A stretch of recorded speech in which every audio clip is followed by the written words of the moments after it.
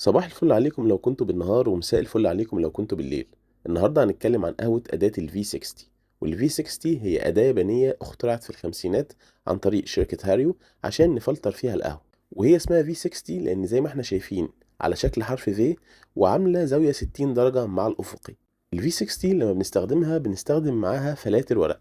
وأهم حاجة في قهوة ال V60 إن احنا نظبط لها حاجة اسمها الريشيو. والريشيو دي هي باختصار يعني بحط قد إيه قهوة مطحونة وبضيف عليها قد ايه مية علشان خاطر اطلع القهوة المفلترة اللي انا هشربها في الاخر من الاداة دي. وهتلاقوا ناس كتير بتتكلم عن موضوع الريشيو ده، وبتحدد ريشيوز كتيرة قوي، وكل واحد وليه الوصفة بتاعته وليه الريشيو بتاعته او النسبة بتاعته اللي بيحددها.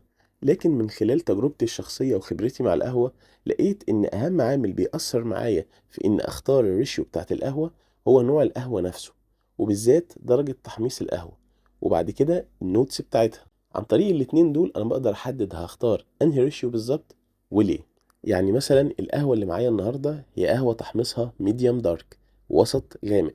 علشان كده انا هستخدم معاها ريشيو 1 ل 18.6، وهي ان انا هستخدم 15 جرام قهوة وهضيف عليهم 280 جرام مية. وده علشان خاطر اقدر احقق افضل طعم من القهوة دي بدرجة التحميص اللي معايا دي، واقدر ان انا استطعم النوتس اللي موجودة فيها. وده لان التحميص الميديم دارك بيكون فيه طعم القهوة قوي، فلازم استخدم معاه ريشيو تكون كبيرة شوية علشان طعم القهوة ما يبقاش قوي وتقيل معايا بزيادة. وفي نفس الوقت اقدر احس بالنوتس بتاعت القهوة دي وما تضيعش مني في قوة التحميص بتاعها. تاني عامل مهم بقى معانا في قهوة ال V60 هو عدد الصبات.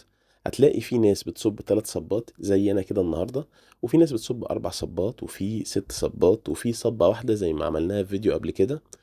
كلها صح وكلها حسب الراحة النفسية بتاعت اللي بيعمل القهوة، وبرضه بيرجع لنوع القهوة المستخدمة. أنا هنا مثلا التلات صبات، أول صبة 50 جرام، بعد كده هضيف 100، بعد كده هوصل لحد 280. ادتني طعم قهوة كويس جدا ومظبوط. فالصبات دي على حسب الراحة ونوع القهوة. هتلاقي بقى في ناس بتقولك لا أصل الصبات دي بتزود الحمضية، لا دي بتزود الفاكهية، لا دي بتخلي الحلاوة زيادة.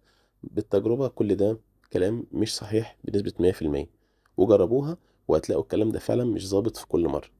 دلوقتي القهوة خلصت، هنعمل لها سويرل كده أو هنهزها كده جوه السيرفر بتاعنا، وبعد كده هنصبها. في كمان عامل تالت مهم معانا وهو درجة حرارة المية. يعني أنا هنا درجة حرارة المية عاملها على حوالي 94 درجة، ودي برضو بتفرق على حسب نوع القهوة ودرجة التحميص بتاعتها.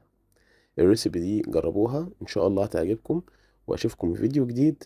ويا ريت بقى نعمل لايك وشير وسبسكرايب للقناة هنا، ونشير الفيديوهات لأن مع الأسف ما بتوصلش لكل الناس.